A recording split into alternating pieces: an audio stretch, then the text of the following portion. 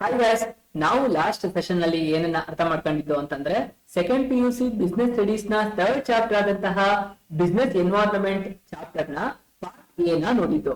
ಈ study arts ಅಲ್ಲಿ ನಾವ್ ಏನ್ ನೋಡೋಣ ಅಂತಂದ್ರೆ ಆ ಚಾಪ್ಟರ್ ನ ಬಿಸ್ನೆಸ್ ಎನ್ವೈರನ್ಮೆಂಟ್ ಚಾಪ್ಟರ್ ನ ನೆಕ್ಸ್ಟ್ ಏನ್ ಪಾರ್ಟ್ ಇದೆ ಅದನ್ನ ಕಂಪ್ಲೀಟ್ ಆಗಿ ಅರ್ಥ ಮಾಡ್ಕೊಳ್ತಾ ಹೋಗೋಣ. ಸಿ ಗಾಯ್ಸ್, ನೀವು ಫಸ್ಟ್ ಪಾರ್ಟ್ ಅಲ್ಲಿ ಏನನ್ನ ಅರ್ಥ ಮಾಡ್ಕೊಂಡ್ರಿ? ಬಿಸ್ನೆಸ್ ಎನ್ವೈರನ್ಮೆಂಟ್ ಅಂತಂದ್ರೆ ಏನು, ಅದ್ರ ಮೀನಿಂಗ್ ಏನು, ಅದ್ರ ಫೀಚರ್ ಅಥವಾ ಕ್ಯಾರೆಕ್ಟರಿಸ್ಟಿಕ್ಸ್ ಏನು, ಅದ್ರ ಇಂಪಾರ್ಟೆನ್ಸ್ ಏನು, ಹಾಗಾದ್ರೆ different dimension of business environment ಯಾವ್ಯಾವ್ದಿದೆ ಅನ್ನೋದನ್ನ ಕಂಪ್ಲೀಟ್ ಆಗಿ ಅರ್ಥ ಮಾಡ್ಕೊಂಡಿದ್ದೀರಾ. ಯಾವ್ಯಾವ ಬಿಸ್ನೆಸ್ ಡೈಮೆನ್ಷನ್ ನೋಡಿರಾ?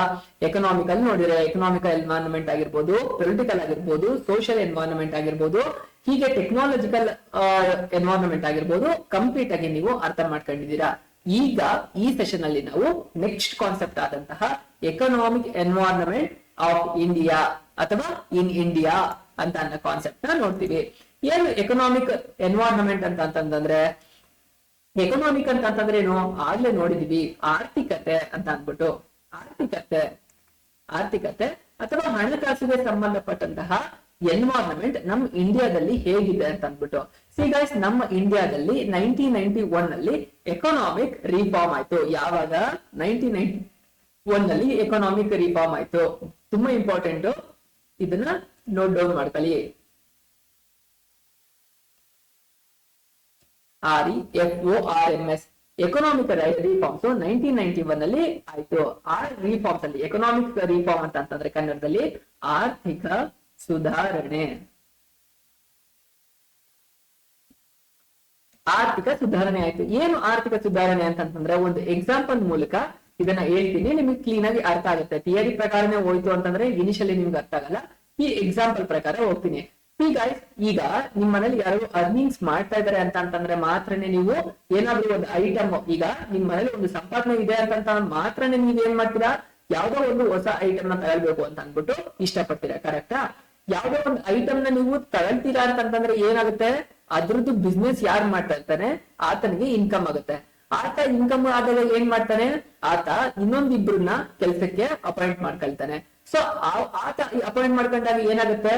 ಅವನು ಎಂಪ್ಲಾಯೀಸ್ ಗಳು ಯಾರಿದ್ದಾನೆ ಅವರಿಗೆ ಸ್ಯಾಲ್ರಿ ಕೊಡ್ತಾನೆ, ಅವ್ರ ಲೈಫ್ ನಡೆಯುತ್ತೆ.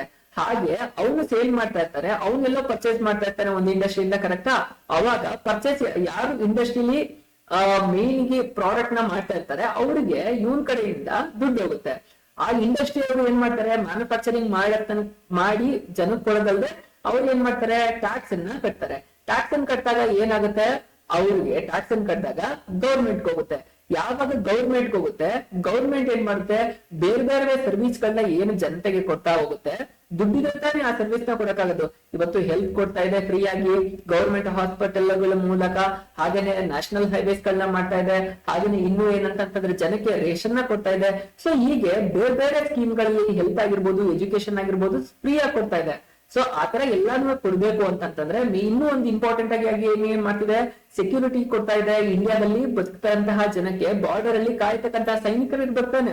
ಸೊ ಅಂತ ಸೆಕ್ಯೂರಿಟಿನ ಕೊಡ್ತಾ ಇದೆ. ಸೊ ಇಷ್ಟೆಲ್ಲ ಮಾಡ್ಬೇಕು ಒಂದು ಗೌರ್ಮೆಂಟ್ ಅಂತಂದ್ರೆ ಅವ್ರಿಗೆ ಏನ್ ಬೇಕಾಗುತ್ತೆ? ಇನ್ಕಮ್ ಇರ್ಬೇಕಾಗುತ್ತೆ. ಇನ್ಕಮ್ ಅಂತಂದ್ರೆ ಇನ್ಕಮ್ ಎಲ್ಲಿಂದ ತೆಗಿಬೇಕು? ಇಲ್ಲಿಂದ ಜನರ ಹತ್ರನೇ ತೆಗಿಬೇಕು. ಸೊ ಇಲ್ಲಿ ಏನಾಗುತ್ತೆ? ಇಲ್ಲಿ ಇವೆಲ್ಲ ಯಾವ್ದ್ರಿಂದ ಸಾಧ್ಯ ಆಯ್ತು? ದುಡ್ಡು ಚಲಾವಣೆ ತುಂಬಾ ಚೆನ್ನಾಗಿದ್ದಕ್ಕೆ ಸಾಧ್ಯ. ಸೊ 1991 ಗಿಂತ ಮುಂಚೆ ಏನಿತ್ತು? ಚಲಾವಣೆ ತುಂಬಾ ಕಡಿಮೆ ಆಗಿತ್ತು. ಹಣ ತುಂಬಾ ಚೆನ್ನಾಗಿ ಸರ್ಕ್ಯುಲೇಟ್ ಆಗ್ತಾ ಇರಲಿಲ್ಲ. ಎಂಪ್ಲಾಯ್ಮೆಂಟ್ ಆಪರ್ಚುನಿಟೀಸ್ ಗಳಿರ್ಲಿಲ್ಲ. ಇಲ್ಲಿ ಬಿಸ್ನೆಸ್ ಗಳು ತುಂಬಾ ದೊಡ್ಡದು ಇಂಡಸ್ಟ್ರೀಸ್ ಗಳಿರ್ಲಿಲ್ಲ. ಎಂಪ್ಲಾಯ್ಮೆಂಟ್ ಜನರೇಟ್ ಆಗ್ತಿರ್ಲಿಲ್ಲ. ಎಂಪ್ಲಾಯ್ಮೆಂಟ್ ಯಾವಾಗ ಜನರೇಟ್ ಆಗ್ತಿರ್ಲಿಲ್ಲ ಅವಾಗ ಏನಾಗ್ತಿತ್ತು? ಜನದ ಕೈಯಲ್ಲಿ ದುಡ್ಡು ಇರ್ತಿರ್ಲಿಲ್ಲ. ಅಂದ್ರೆ ವರ್ಕ್ ಮಾಡಿದ್ರೆ ಸಂಬಳ ಬರ್ತಿದ್ದು, ಸಂಬಳ ಸಿಗ್ತಿರ್ಲಿಲ್ಲ. ಸಂಬಳ ಯಾವಾಗ ಸಿಗೋದಿಲ್ಲ? ಜನ ಖರ್ಚು ಮಾಡೋದನ್ನ ಕಮ್ಮಿ ಮಾಡ್ತಾರೆ.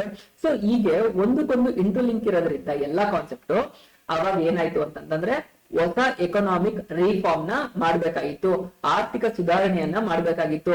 ಅಲ್ಲಿ ತಕ್ಷಣ ಏನಿತ್ತು? ನಮ್ಮ ಇಂಡಿಯಾವನ್ನ ನಾವು ಒಂದು ಬಾರ್ಡರ್ ಒಳಗೆ ಒಂದು ಫ್ರೇಮ್ ವರ್ಕ್ ಗಳಲ್ಲಿ ನಡೆಸ್ತಾ ಇದ್ದು. ನಾವು ಆಗ ಎಕನಾಮಿಕ್ ರಿಫಾರ್ಮ್ ಮಾಡಿ ನಾವು ಆ ಬಾರ್ಡರ್ ಏನಿದೆಯಲ್ಲ ಅದನ್ನ ನಾವು ಸ್ವಲ್ಪ ಸಡ್ಲ ಮಾಡ್ಕೊಂಡು, ಯಾವ ಪಾಯಿಂಟ್ ಅಲ್ಲಿ ನಾವು ಸಡ್ಲ ಮಾಡ್ಕೊಂಡು ಅಂತ ಅಂದ್ಬಿಟ್ಟು ಕಂಪ್ಲೀಟ್ ಆಗಿ ನೋಡ್ತಾ ಹೋಗೋಣ. ನಿಮ್ಗೆ ಆರ್ಥಿಕ ಸುಧಾರಣೆ ಅಂತಂದ್ರೆ ಏನು, ಯಾವ ತರ ಆಗುತ್ತೆ ಅನ್ನೋದೊಂದು ಐಡಿಯಾ ಸಿಕ್ತು ಅಂತ ಅಂದ್ಬಿಟ್ಟು ಗೊತ್ತಾಗುತ್ತೆ. ಏನಂತ ಅಂತಂದ್ರೆ ಒಂದು ಕಂಟ್ರಿಯ ಒಳಗೆ ಇದ್ದಂತಹ ರೂಲ್ಸ್ ರೆಗ್ಯುಲೇಷನ್ಸ್ ಗಳನ್ನ ಕಮ್ಮಿ ಮಾಡಿ ಇಲ್ಲಿ ಎಂಪ್ಲಾಯ್ಮೆಂಟ್ ಜಾಸ್ತಿನ, ಎಂಪ್ಲಾಯ್ಮೆಂಟ್ ಆಪರ್ಚುನಿಟೀಸ್ ಜನರೇಟ್ ಮಾಡ್ತಕ್ಕಂತಹದ್ದು, ಪ್ರೈವೇಟ್ ಸೆಕ್ಟರ್ಗೆ ಬಿಸ್ನೆಸ್ ಮಾಡ್ತಕ್ಕಂತಹ ಅನುಕೂಲಗಳನ್ನ ಮಾಡ್ಕೊಳ್ತಕ್ಕಂತಹದ್ದು, ಮಾರ್ಕೆಟ್ ನ ಗ್ಲೋಬಲ್ ಮಾರ್ಕೆಟ್ ಆಗಿ ಓಪನ್ ಮಾಡ್ತಕ್ಕಂತಹದ್ದ ಎಲ್ಲವನ್ನು ಮಾಡಿದಾಗ ಏನಾಗುತ್ತೆ, ಜನಕ್ಕೆ ಎಂಪ್ಲಾಯ್ಮೆಂಟ್ ಸಿಗುತ್ತೆ, ಇನ್ಕಮ್ ಬರುತ್ತೆ, ಇನ್ಕಮ್ ಬಂದಾಗ ಸ್ಪೆಂಡಿಂಗ್ ಕೆಪಾಸಿಟಿ ಜಾಸ್ತಿ ಆಗುತ್ತೆ. ಸೊ ಇಗೇನ್ ಕಂಟ್ರಿ ಅದು ಬೆನಿಫಿಟ್ ಆಗ್ತಾ ಹೋಗುತ್ತೆ. ಸೊ ಹಾಗಾಗಿ ಕಂಟ್ರಿಯ ಪಾಯಿಂಟ್ ಆಫ್ ವ್ಯೂ ಅಲ್ಲಿ ಕಂಟ್ರಿ ರನ್ ಸ್ಮೂತ್ ಆಗಿ ಮಾಡ್ಬೇಕು ಅಂತ ಅನ್ನೋ ಪರ್ಪಸ್ಗೋಸ್ಕರ 1991 ಅಲ್ಲಿ ಇದು ತುಂಬಾ ಬ್ಯಾಕ್ ಗ್ರೌಂಡ್ ಇದೆ, ತುಂಬಾ ಇನ್ಫಾರ್ಮೇಶನ್ ಹೇಳ್ಬೇಕಾಗುತ್ತೆ. ಬಟ್ ನಿಮ್ಮ ಪಾಯಿಂಟ್ ಆಫ್ ವ್ಯೂ ಅಲ್ಲಿ ಎಷ್ಟು ಬೇಕೋ ಅಷ್ಟು ಮಾತ್ರ ನಾನು ಹೇಳ್ತಾ ಇದ್ದೀನಿ. ಸೊ 1991 ಅಲ್ಲಿ ಹೊಸ ಎಕನಾಮಿಕ್ ರಿಫಾರ್ಮ್ ಆಗುತ್ತೆ, ಆರ್ಥಿಕ ಸುಧಾರಣೆ ಆಗುತ್ತೆ. ಸೊ ಅದ್ರಲ್ಲಿ ಏನೇನು ಬರುತ್ತೆ ಅನ್ನೋದನ್ನ ಕಂಪ್ಲೀಟ್ ಆಗಿ ನಾವು ನೋಡ್ತಾ ಹೋಗೋಣ. ಅದು ಎಕನಾಮಿಕ್ ಎನ್ವೈರನ್ಮೆಂಟ್ ಇನ್ ಇಂಡಿಯಾ ಅನ್ನೋ ಕಾನ್ಸೆಪ್ಟ್ ಅಂಡರ್ ಅಲ್ಲಿ ನೋಡ್ತಾ ಹೋಗೋಣ. ಲಿಬರಲೈಸೇಷನ್ ಅಂತಂದ್ರೆ ಏನ್ ಕನ್ನಡದಲ್ಲಿ? ಉದಾರೀಕರಣ. ನೋಡಿ, ಉದಾರೀಕರಣ ಅಂತ ಹೇಳ್ತಾ ಇದ್ದಾರೆ. ಏನು ಉದಾರೀಕರಣ ಅಂತಂದ್ರೆ ಎದ್ರಲ್ಲೇ ಹೇಳ್ತಾ ಇದೆ, ಇರ್ತಕ್ಕಂತಹ ರೆಗ್ಯುಲೇಷನ್ಸ್ ಗಳನ್ನ ಕಡಿಮೆ ಮಾಡ್ತಕ್ಕಂತಹದ್ದು. ಉದಾರೀಕರಣ ಅಂತಂದ್ರೆ ಏನು? ಯಾವ್ದೋ ಒಂದ್ ಸೈಟ್ ಅನ್ನು ನೀವು ಹಿಂಗೆ ಮಾಡ್ಬೇಕು, ಇದೇ ತರನೇ ಮಾಡ್ಬೇಕು ಅಂತ ಸ್ಟ್ರಿಕ್ಟ್ ಆಗಿ ರೂಲ್ಸ್ ಇರುತ್ತೆ, ಅದನ್ನ ಕಮ್ಮಿ ಮಾಡ್ತಕ್ಕಂತಹದ್ದು. ಅದ್ರ ಮೀನಿಂಗ್ ಏನ್ ಹೇಳುತ್ತೆ ನೋಡೋಣ ಇಲ್ಲಿ. Liberalisation, liberalizing the Indian business and industry from all unnecessary controls and restriction is called as liberalization. ಉದಾರೀಕರಣ ಎಂತ ಅಂತಂದ್ರೆ ಏನು ಅಂತಂದ್ರೆ, ನಮ್ಮ ಇಂಡಿಯಾದಲ್ಲಿ ಇರ್ತಕ್ಕಂತಹ ಇಂಡಸ್ಟ್ರಿಗಳು ಏನಿದೆಯಲ್ಲ ಅದ್ರ ಮೇಲೆ ಹೇರಿರ್ತಕ್ಕಂತಹ ಅನ್ನೆಸೆಸರಿ ಕಂಟ್ರೋಲ್. ನೀವು ಇದೇ ತರನೇ ಮ್ಯಾನುಫ್ಯಾಕ್ಚರಿಂಗ್ ನ ಮಾಡ್ಬೇಕು, ಇಂಥ ಪ್ರಾಡಕ್ಟ್ ನೇ ಮಾಡ್ಬೇಕು, ಇಷ್ಟೇ ಮಾಡ್ಬೇಕು, ಇಂಥ ಡಿಮ್ಯಾಂಡ್ ಅಲ್ನೇ ಕ್ರಿಯೇಟ್ ಮಾಡ್ಬೇಕು, ಇದೇ ತರನೇ ಮಾಡ್ಬೇಕು ಅನ್ನೋದು ರೂಲ್ಸ್ ಅಂಡ್ ರೆಗ್ಯುಲೇಷನ್ಸ್ ಏನಿದೆಯಲ್ಲ ಅದನ್ನ ಕಮ್ಮಿ ಮಾಡಿದಾಗ ಏನಾಗುತ್ತೆ, ಇಂಡಸ್ಟ್ರಿ ತನ್ನ ಮಾರ್ಕೆಟ್ಗೆ ತಕ್ಕನಾಗಿ ಅದು ಪ್ರೊಡಕ್ಷನ್ ನ ಮಾಡುತ್ತೆ, ಇನ್ಕ್ರೀಸ್ ನ ಮಾಡುತ್ತೆ, ಎಂಪ್ಲಾಯ್ಮೆಂಟ್ ಆಪರ್ಚುನಿಟಿಗಳನ್ನ ಜನರೇಟ್ ಮಾಡುತ್ತೆ. ಹಾಗಾಗಿ ಗೌರ್ಮೆಂಟ್ ಕಡೆಯಿಂದ ಇರ್ತಕ್ಕಂತಹ ರಿಸ್ಟ್ರಿಕ್ಷನ್ ನ ಕಮ್ಮಿ ಮಾಡೋದನ್ನೇ ಉದಾರೀಕರಣ ಅಂತ ಹೇಳ್ತಾ ಇದಾರೆ. ಅಂದ್ರೆ liberalising the Indian business and industry from all unnecessary controls and restrictions. ಇಂಡಿಯಾದಲ್ಲಿ ಇರ್ತಕ್ಕಂತಹ ರೂಲ್ಸ್ ಅಂಡ್ ರೆಗ್ಯುಲೇಷನ್ ಅಥವಾ ರಿಸ್ಟ್ರಿಕ್ಷನ್ ಗಳನ್ನ ಕಮ್ಮಿ ಮಾಡ್ತಕ್ಕಂತಹದ್ದು. ಯಾವ್ದ್ರ ಮೇಲೆ? ಬಿಸ್ನೆಸ್ಗೆ ಆಗ್ಲಿ ಇಂಡಸ್ಟ್ರಿಗಳಿಗೆ ಕಮ್ಮಿ ಮಾಡ್ತಕ್ಕಂತಹದ್ನ ಲಿಬರಲೈಸೇಷನ್ ಅಂತ ಕರೀತಾರೆ ಅಂತ ಅಂದ್ಬಿಟ್ಟು ಅರ್ಥ ಆಯ್ತು ಅಂತ ಅನ್ಕೊಳ್ತೀನಿ. ಲಿಬರಲೈಸೇಷನ್ ನಿಮ್ಗೆ ಅರ್ಥ ಆಯ್ತು. ಹಾಗಾದ್ರೆ ಪ್ರೈವೇಟೈಸೇಷನ್ ಅಂತಂದ್ರೇನು? ಪ್ರೈವೇಟೈಸೇಷನ್ ಅಂತಂದ್ರೆ ಖಾಸಗೀಕರಣ. ಏನು ಖಾಸಗೀಕರಣ ಅಂತಂತಂದ್ರೆ ಹೆಸರಲ್ಲೇ ಹೇಳ್ತಾ ಇದೆ. ಖಾಸಗಿ ಅಂತಂತಂದ್ರೆ ಪ್ರೈವೇಟ್ ಅಂತಂತಂದ್ರೆ ಏನು? ಯಾರು ಬೇಕಾದ್ರೂ ಓನ್ ಆಗಿ, ಈಗ ನಮ್ಮ ಹತ್ರ ದುಡ್ಡಿತ್ತು ಅಂತಂದ್ರೆ ನಾವು ಬಿಸ್ನೆಸ್ ನ ಮಾಡ್ಬೋದು. ಯಾರ ಹತ್ರ ಹಣ ಇರುತ್ತೆ ಅವರು ಬಿಸ್ನೆಸ್ ನ ಮಾಡ್ಬೋದು. ಇಷ್ಟ ದಿನ ಏನ್ ಮಾಡ್ತಿತ್ತು, ಗೌರ್ಮೆಂಟೇನೆ ಇಂಡಸ್ಟ್ರಿಗಳನ್ನ ನಡೆಸಬೇಕು ಅನ್ನೋದು ಇತ್ತು. ಪ್ರೈವೇಟೈಸೇಷನ್ ಮಾಡಿದಾಗ ಏನಾಯ್ತು, ಪ್ರೈವೇಟ್ ಅವರು ಬಂದು ಇಂಡಸ್ಟ್ರಿಗಳನ್ನ ನಡೆಸಕ್ಕೆ ಸ್ಟಾರ್ಟ್ ಮಾಡಿದ್ರು. ಸೊ ಪ್ರೈವೇಟೈಸೇಷನ್ ಅನ್ನೋದ್ರದ್ದು ಏನ್ ಮೀನಿಂಗ್ ಹೇಳುತ್ತೆ ಅಂತಂದ್ರೆ, privatization is the process of transfer of ownership and management of public sector enterprises to private sector through process of disinvestment. ಏನ್ ಹೇಳ್ತಾ ಇದ್ದಾರೆ ಪ್ರೈವೇಟೈಸೇಷನ್ ಅಂತಂದ್ರೆ, ಗೌರ್ಮೆಂಟ್ ಸೆಕ್ಟರ್ ಇಂಡಸ್ಟ್ರಿಲಿ ಇರ್ತಕ್ಕಂತಹ ಟೋಟಲ್ ಏನಿದೆಯಲ್ಲ ಓನರ್ಶಿಪ್, ಅದ್ರ ಕ್ಯಾಪಿಟಲ್ ಆಗಿರ್ಬೋದು, ಅದ್ರ ಮ್ಯಾನೇಜ್ಮೆಂಟ್ ಆಗಿರ್ಬೋದು, ಅದನ್ನ ನಿಧಾನಕ್ಕೆ ಗೌರ್ಮೆಂಟ್ ಅದರಿಂದ ನಿಧಾನಕ್ಕೆ ಹೊರಗೆ ಬರ್ತಾ. ಯಾವ ತರ ಹೊರಗೆ ಬರ್ತಾ? ಡಿಸ್ಇನ್ವೆಸ್ಟ್ಮೆಂಟ್ ಅಂತಂದ್ರೆ ಅದ್ರಲ್ಲಿ ಇರ್ತಕ್ಕಂತಹ ಶೇರ್ ನ ಪ್ರೈವೇಟ್ ಅವ್ರಿಗೆ ಮಾರ್ತಾ ಅದನ್ನ ಪ್ರೈವೇಟ್ ಅವರಿಗೆ ಕೊಡ್ತಕ್ಕಂತಹದ್ದಾಗಿರ್ಬೋದು. ಯಾವ್ದನ್ನ? ಕಂಪ್ಲೀಟ್ ಓನರ್ಶಿಪ್ ಮತ್ತೆ ಮ್ಯಾನೇಜ್ಮೆಂಟ್ ನ ಪಬ್ಲಿಕ್ ಸೆಕ್ಟರ್ ಇಂದ ಪ್ರೈವೇಟ್ ಸೆಕ್ಟರ್ ಗೆ ಕೊಡ್ತಕ್ಕಂತಹದನ್ನ ಪ್ರೈವೇಟೈಸೇಷನ್ ಅಂತ ಹೇಳ್ತಾರೆ. ಪಬ್ಲಿಕ್ ಸೆಕ್ಟರ್ ಗೆ ನಿಮ್ಗೆ ಒಂದು ಬೆಸ್ಟ್ ಎಕ್ಸಾಂಪಲ್ ಯಾವ್ದು ಅಂತ ಹೇಳ್ಬೋದು, ರೈಲ್ವೇಸ್ ಅಂತ ಅನ್ಕೊಳ್ಳಿ. ಸೊ ಇದು ಏನಾಗುತ್ತೆ, ಪಬ್ಲಿಕ್ ಸೆಕ್ಟರ್ ಅದು ಸ್ಮೂತ್ ಆಗಿ ರನ್ ಮಾಡ್ಕೊಂಡು ಹೋಗ್ತಾ ಇರುತ್ತೆ. ಸೊ ಈಗ ಅದು ತುಂಬಾ ಒಳ್ಳೆ ಇನ್ಕಮ್ ನ ಜನರೇಟ್ ಮಾಡುತ್ತೆ. ಇವಾಗ ಪಬ್ಲಿಕ್ ಸೆಕ್ಟರ್ ನ ತೆಗೆದುಬಿಟ್ರೆ ಏನಾಗುತ್ತೆ, ಅದು ಪ್ರೈವೇಟ್ ಅಂದ್ರೆ ಸೇರ್ಕೊಬಿಡ್ತು ಅಂತಂದ್ರೆ ಟಿಕೆಟ್ ಇವತ್ತಿನ ಪ್ರೈಸ್ ಇರುತ್ತಾ, ಅದು ಯಾವ ತರ ಬೇಕೋ ಅದನ್ನ ಡಿಪೆಂಡ್. ಈಗ ಪ್ರೈವೇಟ್ ಅವ್ರು ನಡೆಸ್ತಾರೆ ಅಂತಂದ್ರೆ ಅವ್ರಿಗೆ ಏನ್ ಬೇಕೋ ಆ ಪ್ರೈಸ್ ಇಟ್ಕೊಬಿಡ್ತಾರೆ. ಸೊ ಪಬ್ಲಿಕ್ ಸೆಕ್ಟರ್ ಇತ್ತು ಅಂತಂದ್ರೆ ಗೌರ್ಮೆಂಟ್ ಕಂಟ್ರೋಲ್ ಅಲ್ಲಿ ಇರುತ್ತೆ. ಪ್ರೈವೇಟೈಸೇಷನ್ ಅಂತಂದ್ರೆ ಇನ್ ಸಿಂಪಲ್ ಆಗಿ ಪಬ್ಲಿಕ್ ಸೆಕ್ಟರ್ ಅಲ್ಲಿ ಇರ್ತಕ್ಕಂತಹ ಏನ್ ಇದೆಯಲ್ಲ ಇನ್ವೆಸ್ಟ್ಮೆಂಟ್ ಅಥವಾ ಓನರ್ಶಿಪ್ ಮ್ಯಾನೇಜ್ಮೆಂಟ್ ನ ನಿಧಾನಕ್ಕೆ ಪಬ್ಲಿಕ್ ಸೆಕ್ಟರ್ ಇಂದ ಪ್ರೈವೇಟ್ ಸೆಕ್ಟರ್ ಗೆ ಕೊಡ್ತಕ್ಕಂತಹದ್ದು ಥ್ರೂ ಡಿಸ್ಇನ್ವೆಸ್ಟ್ಮೆಂಟ್ ಅಂತಂದ್ರೆ ಡಿಸ್ಇನ್ವೆಸ್ಟ್ಮೆಂಟ್ ಇರ್ತಕ್ಕಂತಹ ಅಮೌಂಟ್ ಗೌರ್ಮೆಂಟ್ ವಾಪಸ್ ಎತ್ಕೊಂಡು ಅದನ್ನ ಪ್ರೈವೇಟ್ ಅವರಿಗೆ ಕಂಪ್ಲೀಟ್ ಆಗಿ ಕೊಡ್ತಕ್ಕಂತಹದ್ನೇ ಪ್ರೈವೇಟೈಸೇಷನ್ ಅಂತ ಕರೀತಾರೆ ಅಂತ ಹೇಳ್ತಾ ಇದ್ದಾರೆ. ನಿಮ್ಗೆ ಕಾನ್ಸೆಪ್ಟ್ ಈಸಿಯಾಗಿ ಅರ್ಥ ಆಯ್ತು ಅಂತ ಅನ್ಕೊಳ್ತೀನಿ. ಹಾಗಾದ್ರೆ ಗ್ಲೋಬಲೈಸೇಷನ್ ಏನು? ಗ್ಲೋಬಲೈಸೇಷನ್ ಅಂತಂದ್ರೆ ಕನ್ನಡದಲ್ಲಿ ಜಾಗತೀಕರಣ. ಏನು ಜಾಗತೀಕರಣ ಅಂತಂತಂದ್ರೆ, ಈಗ ಉದಾರೀಕರಣ ಅಂತಂತಂದ್ರೆ ಇರ್ತಕ್ಕಂತಹ rules, regulation, restriction, unnecessary control ನ ಇರ್ತಕ್ಕಂತಹ ರೂಲ್ಸ್ ಇಂಡಸ್ಟ್ರಿಗಳ ಮೇಲೆ ಆಗ್ಲಿ ಬಿಸ್ನೆಸ್ ಮೇಲೆ ಆಗ್ಲಿ ಕಮ್ಮಿ ಮಾಡೋದು ಅಂತ ಅರ್ಥ ಆಯ್ತು. ಆಯ್ತಾ. ಪ್ರೈವೇಟೈಸೇಷನ್ ಅಂತಂತಂದ್ರೇನು, ಪಬ್ಲಿಕ್ ಸೆಕ್ಟರ್ ಅಲ್ಲಿ ಇರ್ತಕ್ಕಂತಹ ಏನ ಮ್ಯಾನೇಜ್ಮೆಂಟ್ ಓನರ್ಶಿಪ್ ನ ನಿಧಾನಕ್ಕೆ ಪ್ರೈವೇಟ್ ಸೆಕ್ಟರ್ ಅವ್ರಿಗೆ ಬಿಡ್ಕೊಡ್ತಾ ಹೋಗೋದು ಅನ್ನೋದು ಒಂದು ಅರ್ಥ ಆಯ್ತು. ಈಗ ಗ್ಲೋಬಲೈಸೇಷನ್, ಜಾಗತೀಕರಣ ಅಂತಂದ್ರೆ ಏನು ಅನ್ನೋದನ್ನ ಅರ್ಥ ಮಾಡ್ಕೊಳ್ಳೋಣ. Globalisation means the integration of various economic of the world leading towards the emerging of global economy. ಏನಾಗ್ತಾ ಇದೆ, ಇಡೀ ವರ್ಲ್ಡ್ ಅಲ್ಲಿ ಬೇರೆ ಬೇರೆ ಕಂಟ್ರಿಗಳು ಯಾವ ತರ ಫಾಲೋ ಮಾಡ್ತಾ ಇದೆ, ಎಕನಾಮಿಕ್ ಲೀಡಿಂಗ್ ಟುವರ್ಡ್ಸ್ ಇಡೀ ಪ್ರಪಂಚ ಒಂದು ಮಾರ್ಕೆಟ್ ಅಂತ ಕನ್ಸಿಡರ್ ಮಾಡ್ತಾ ಇದೆ. ಯಾವಾಗ ಒಂದು ಇಡೀ ಪ್ರಪಂಚ ಒಂದು ಮಾರ್ಕೆಟ್ ಅಂತ, ಈಗ ನೋಡಿ ಇಲ್ಲಿ ನಾವು ನಮ್ಮ ಬಾರ್ಡರ್ ಒಳಗೇನೆ ಬಿಸ್ನೆಸ್ ಮಾಡ್ಬೇಕು, ನಮ್ ಇಂಡಿಯಾದೊಳಗೇನೆ ಮಾಡ್ಬೇಕು ಅಂತ ಅಂದಾಗ ಏನಾಗುತ್ತೆ, ನಮ್ಗೆ ಏನ್ ಸಿಗುತ್ತೆ, ಸ್ಕೋಪ್ ಕಮ್ಮಿ ಇರುತ್ತೆ. ಅದೇನೆ ಎಕ್ಸ್ಪೋರ್ಟ್ ಮಾಡ್ಬೋದು, ಈ ತರ ಎಲ್ಲ ಆಪರ್ಚುನಿಟಿ ಇತ್ತು ಅಂತಂದಾಗ ಏನ್ ಅಡ್ವಾಂಟೇಜ್ ಆಗುತ್ತೆ, ಬೇರೆ ಕಂಟ್ರಿಗೆ ಎಕ್ಸ್ಪೋರ್ಟ್ ಮಾಡಿದಾಗ ನಮ್ಗೆ ಇನ್ಕಮ್ ಜನರೇಟ್ ತುಂಬಾ ಚೆನ್ನಾಗಿ ಆಗ್ತಾ ಹೋಗುತ್ತೆ.